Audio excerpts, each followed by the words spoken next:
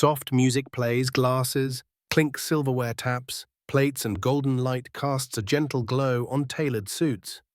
Tuesday night, the city of New York cast a dark shadow across the 20th floor windows. In a secluded corner of the Meridian restaurant, prestigious business people enjoyed dinner with fine wine and dishes reserved a week in advance. Claire Dalton, 41 years old, sat alone at a VIP table by the window. Her platinum hair was neatly pinned up, and her Rolex shimmered every time she turned her wrist. A thick stack of documents in front of her was a $200 million merger agreement, a figure enough to make any shareholder hold their breath. For Claire, it was the main course of the evening. She flipped through the pages, highlighting and taking notes. Everything in Claire's life operated that way. Control, precision, no room for error. No one dared contradict her. She had built Dalton Tech from the ground up, clawing her way out of the male-dominated tech world like a starving tiger fed on passion and ambition. A young black man walked over gently, placing a bottle of wine beside the empty glass. Marcus Reed, 26, dressed in a spotless black server's apron. He poured the wine with his right hand, while his left smoothly adjusted a crooked napkin. No one noticed him. That was how Marcus preferred things: quiet, discreet, and efficient. But tonight was not like every other night. He glanced at the contract when Claire absent-mindedly pushed it close to the table's edge. He didn't mean to read it, but a particular clause caught his eye, a vaguely worded provision ambiguous enough to raise concern. He quietly withdrew, deciding to say nothing. But then he turned back. "Excuse me, I don't mean to intrude, but the clause in the third section seems unclear. It could lead to legal misinterpretation." Claire looked up. No one at the Meridian looked up for a waiter's voice unless he spilled red wine on a white dress. But this time Claire looked up, not because of an accident, but because of an offense, at least in her mind. She looked at Marcus as if he had just suggested she add salt to a glass of Dom Perignon. "What did you say?" Claire asked, her voice cold as marble. "I just meant..." The language in the termination clause could be interpreted two ways depending on the attorney. "If a dispute arises..." He didn't finish his sentence. Claire slammed her hand on the table. A sharp clack echoed. The wine glass trembled. Guests around them looked up. The contract fell to the floor, pages scattering. The room's atmosphere suddenly thickened. "If you're so smart," Claire snapped, "translate this contract into kindergarten language." "Right. Here, right now." Marcus bent down to gather the papers, his hands steady. Not a hint of fear. He stood up, eyes locked with Claire's, not defiant or submissive. Just the quiet calm of someone who knows they're right. "Are you sure?" Marcus asked, his voice even almost polite. "I never joke about money," Claire said, crossing her legs and folding her arms. "Go ahead, waiter." Patrons in the restaurant began to turn their bodies toward them. Some pulled out their phones, launching their cameras. Situations like this didn't happen daily. Everyone loved watching someone get publicly humbled, but no one in that elegant room could have predicted that the man they were smirking at was about to rewrite the very order of the evening. The ambient noise faded, cutlery stopped, every eye turned to one corner. Marcus slowly placed the now organized stack of documents back on the table. For a moment, only the hum of the air conditioning remained, like the slow breath before a plunge. His gaze rested on Claire, cold but confident, as if he had lived this exact moment in his head hundreds of times. "I'll start from the beginning," he said. His voice wasn't loud, but it rang out clearly, like someone used to speaking in essential rooms. He flipped to the first page. Clause 1, asset transfer worth $200 million contingent on regulatory approval. Marcus looked up and stared directly at Claire. "In other words, your company only owns the other side if the government agrees. And that's not guaranteed."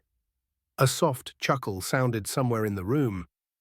Claire scoffed. "Who doesn't understand the first clause?" "Go on." Marcus nodded slightly. He moved to the second page, his hands as smooth as someone who had opened thousands of legal binders. Clause 2, the audit phase lasts 90 days. The buyer has unrestricted access to accounting records and intellectual property. To simplify, you're giving your partner 3 months to dissect the inner organs of your company. They'll see it all for every data point, patent and vulnerability. And the worrying part is, he paused, they can use that information to renegotiate or back out at the last minute. The atmosphere grew heavier. A couple at the neighboring table had propped their phone on a stand and were now openly recording. Marcus, still calm, unbothered, as if reading a homework assignment. Claire took a sip of wine, but her glass trembled slightly. She crossed her legs again, tapping her nails on the table in a rhythm that, if listened to closely, no longer carried the same confidence. Now for the fun part, Marcus said, flipping to page 3, the termination clause. He pointed at a paragraph long and winding, like a labyrinth. It states if there's a material change in market conditions, the seller reserves the right to cancel the transaction unilaterally. Sounds fair. But the question is, what does material mean? There's no definition, no percentage, no clear threshold. With wording like this, a minor revenue shift of 5% or 50% could be deemed material. And if they cancel... Marcus turned to the following line, his voice dropping almost to a whisper, yet crystal clear. They still get to keep the $20 million deposit as a processing fee. Claire looked as if someone had slapped her with the contract itself. Her face turned pale. The exact words pounded in her head like a judge's gavel keep. 20 million. To be blunt, Marcus said, enunciating every word, they can walk away at any moment and still walk away with your money. Legally. And all of this is right here, buried in a paragraph as dense as a financial audit, and none of your lawyers noticed. The air thickened. A server nearly dropped a tray. In that moment, every role in the room flipped. The man they assumed was just a waiter was now the center of an unofficial but weighty hearing. Claire jumped to her feet. "Enough, a waiter will not teach me contract law," she screamed, slamming the table again. "Then who taught you? The legal team that took $400,000 and missed a loophole that could cost you your company?" Marcus asked without raising his voice. A ripple moved through the restaurant and truth had pushed past insult. The restaurant manager, Rick, rushed over, sweat dotting his brow. "Marcus, you should stop." "No," Claire interrupted, her voice cracking. "Let him continue. I want to see how far he can go." But deep in Claire's eyes, for the first time, there was no contempt. Only the raw panic of someone who just realized she might lose everything because of pride. Marcus looked at her, allowing himself a faint smile for the first time. "I haven't even started yet, Ms. Dalton." That was just the surface. The restaurant lighting remained warm and golden, but the air felt as if it were laced with mist. A stillness settled after each of Marcus's words. Marcus turned to the 4th page of the contract. His voice was no longer slow. It was steady now, more certain, like the rhythm of war drums. Intellectual property clause. Any product jointly developed during the partnership shall be co-owned by both parties even after separation. In plain terms, if they and your company create a new product together, even if the contract is later terminated, they still retain the right to use and commercialize it without your permission. Claire turned pale. She once glossed over the clause, believing they weren't capable of doing anything with her technology. But now, in front of dozens of phone recordings, she could no longer deny that she hadn't read it carefully. "You're trying to smear me," Claire hissed, clutching her wineglass tightly. Marcus quietly folded the contract. He stood tall, not puffed up, not bowed down, just one sentence, soft but thunderous. "I'm not a waiter." The entire restaurant shook. Some guests turned to whisper. Rick, the manager, stared wide-eyed. "My name is Marcus Reed. I studied law at Harvard, graduated with honors, interned 2 summers at Grant & Foster, specializing in mergers and acquisitions." Claire was stunned. Her mouth opened as if to argue, but no words came out. A soft sound came from the far corner. An older man rose from a distant table. He wore a 3-piece gray suit and moved slowly, his eyes deep, as if they could see through anyone. Thomas Grant, founder, senior partner, and a living legend in corporate law. The entire restaurant fell into utter silence. Marcus Reed. He smiled. I was wondering why that name sounded familiar. So it's you. Claire spun around. Mr. Grant Thomas nodded, his gaze now on Claire, but his voice remained gentle. I happened to be here tonight, just wanted a quiet dinner. But then I heard a contract review so fascinating, I couldn't stay seated. He stepped forward and placed a hand on Marcus's shoulder. This young man once saved one of my biggest clients from a predatory contract. My legal team missed 7 trap clauses. Marcus found them in a single afternoon. I still have that report. Claire stood frozen. The hand that once controlled hundreds of millions of dollars now couldn't hold a single glass. An intern, she gasped. Not just an intern, Thomas said slowly. Marcus is one of the sharpest minds I've ever mentored. And I've trained hundreds of lawyers. Marcus lowered his voice as if to emphasize, I'm not working here because I'm out of options. I'm here because my girlfriend's family owns this restaurant. They've been struggling lately. I wanted to help. As for law, I've lived and breathed since I was a teenager. Claire forced a mocking smile. Then why aren't you a lawyer yet? Why? Play the waiter. Marcus looked her in the eye because my mother had a stroke the same week I was supposed to take the bar exam. I had to choose between the woman who raised me and a test. I chose my mother. The whispers spread across the restaurant. A few people bowed their heads, not out of shame, but in respect. I'll retake the exam next session, Marcus continued, but tonight I'm not here to showcase my resume. I'm here to issue a warning. Claire swallowed hard. Her eyes blinked rapidly, but no longer with pride. She had been exposed in the place where power had once shielded her. Marcus paused for a few seconds, then said, And if you want to know why I'm here tonight, I'll tell you. But I'm not sure you're ready to hear it. It felt as though all the oxygen had been sucked from the room. Claire stood motionless, and Marcus looked at her like a teacher about to hand out a costly grade. You asked why I'm here, Marcus said slowly. And I will answer. He stepped forward, betraying no tension. In his eyes now was not just confidence, but the cold gleam of someone who had waited a long time for this moment. I've worked here exactly 3 weeks. Because I know every Tuesday at 8 p.m., you come here, alone, with your contract and your arrogance. Claire took a half step back. I knew you'd show up. I knew you'd read your merger documents at this table. And I knew you would insult anyone who dared offer an opinion if given the chance. Especially if that someone looked like me. Claire's voice wavered. You followed me, Marcus shook his head. No. I studied. There's a big difference between surveillance and preparation. He pulled his phone from his vest pocket and opened his email list. I've been gathering information on Dalton Tech for the past 6 months under a confidential legal advisory contract with Hartwell Enterprises, the company looking to acquire yours. My assignment: analyze all public legal records, financial reports, and the contract you're about to sign. Claire gasped. You work for Hartwell? Marcus nodded, and for the first time his eyes turned sharp. They hired me to identify every loophole that could be used to renegotiate or withdraw. But I chose to do something else. Thomas Grant, still standing beside him, raised an eyebrow with genuine interest.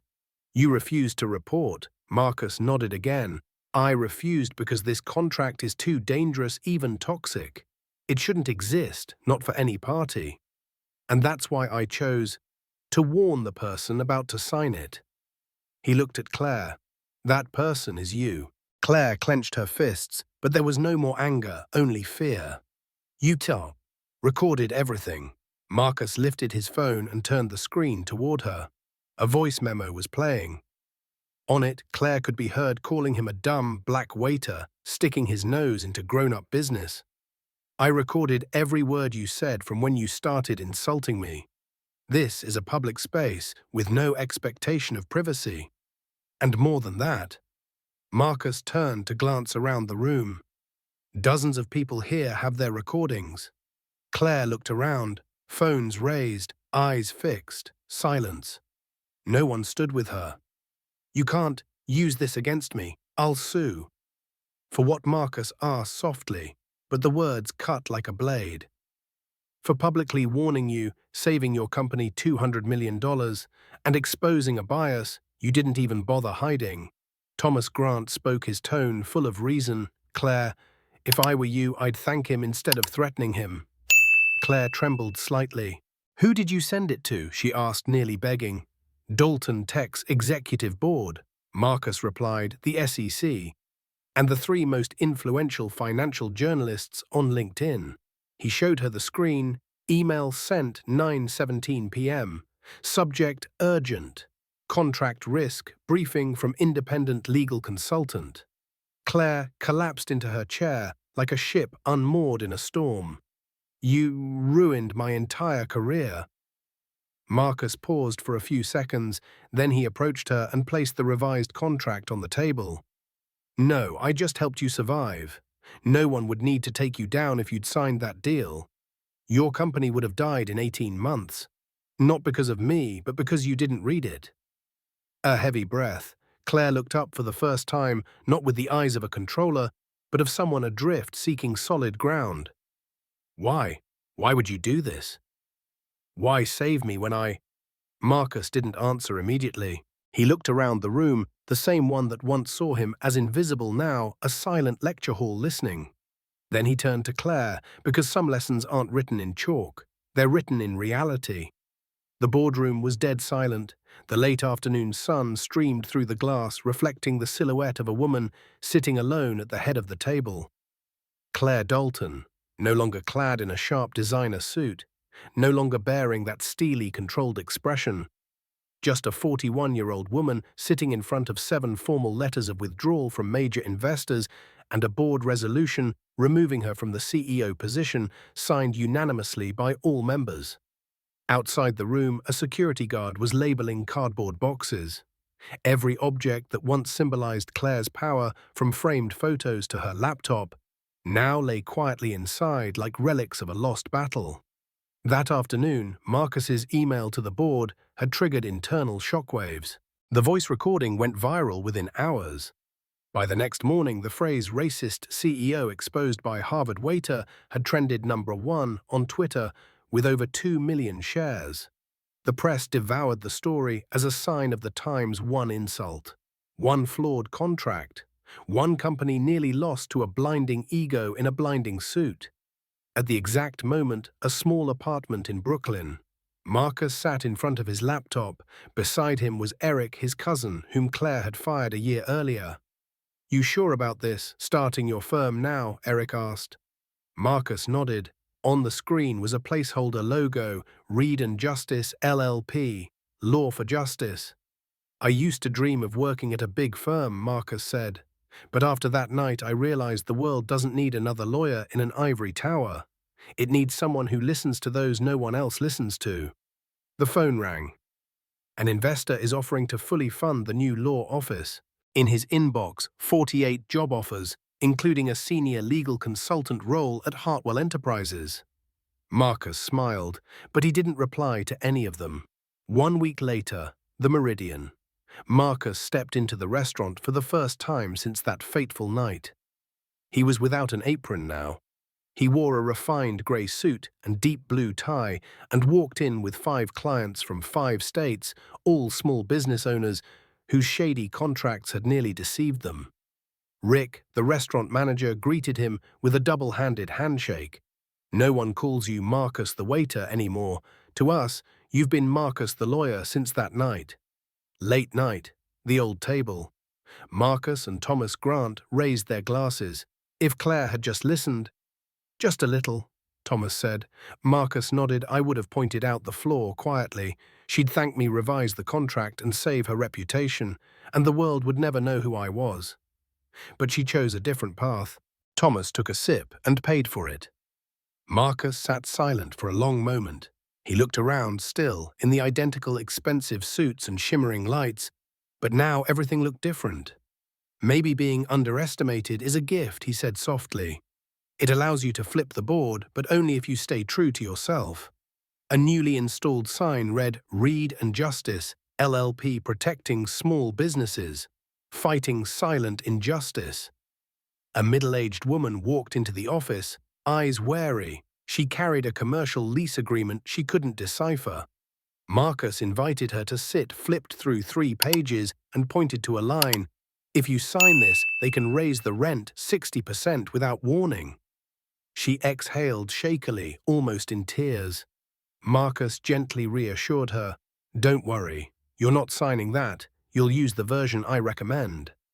Elsewhere in the office, Eric, now a licensed attorney, was helping a group of small stores sue a distribution company over an unfair exclusivity deal.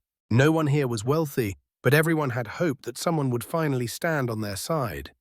The office was modest, the furniture simple, but appointments were booked solid through next month.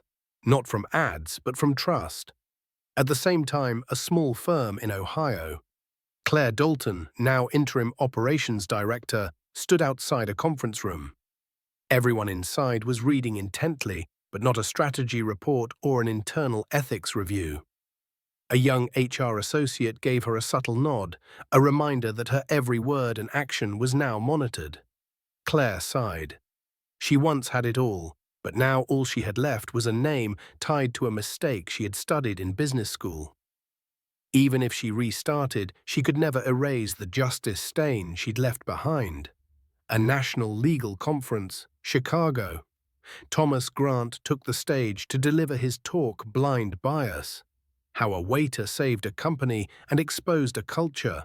The audience applauded when he said the name Marcus Reed, not for toppling an arrogant CEO, but for the moral strength of someone who chose not to take revenge, but to renew.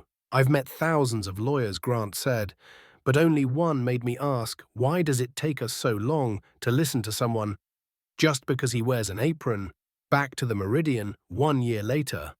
Marcus entered with a small group of law students, scholarship recipients from a fund he had created for underprivileged students. Rick, now the restaurant's majority stakeholder, welcomed him like an old friend. Still kept your old table, Marcus. Marcus sat down, gazing at where 2 lives had shifted forever. He pulled out a new contract. It is not a business deal, but a community legal education program to help people understand contracts' rights and how to avoid exploitation. We can't wait until we're insulted to fight back, he told the students. We must teach each other from the start that we matter. Marcus's voice rang out like a message to the world. Never judge someone by appearances. Never let prejudice define a person's worth. And if you've ever been underestimated, remember the greatest revenge isn't revenge at all. Its success is so undeniable. Those who once looked down on you can no longer meet your gaze, based on the reality of everyday injustice. Inspired by those who choose excellence over anger.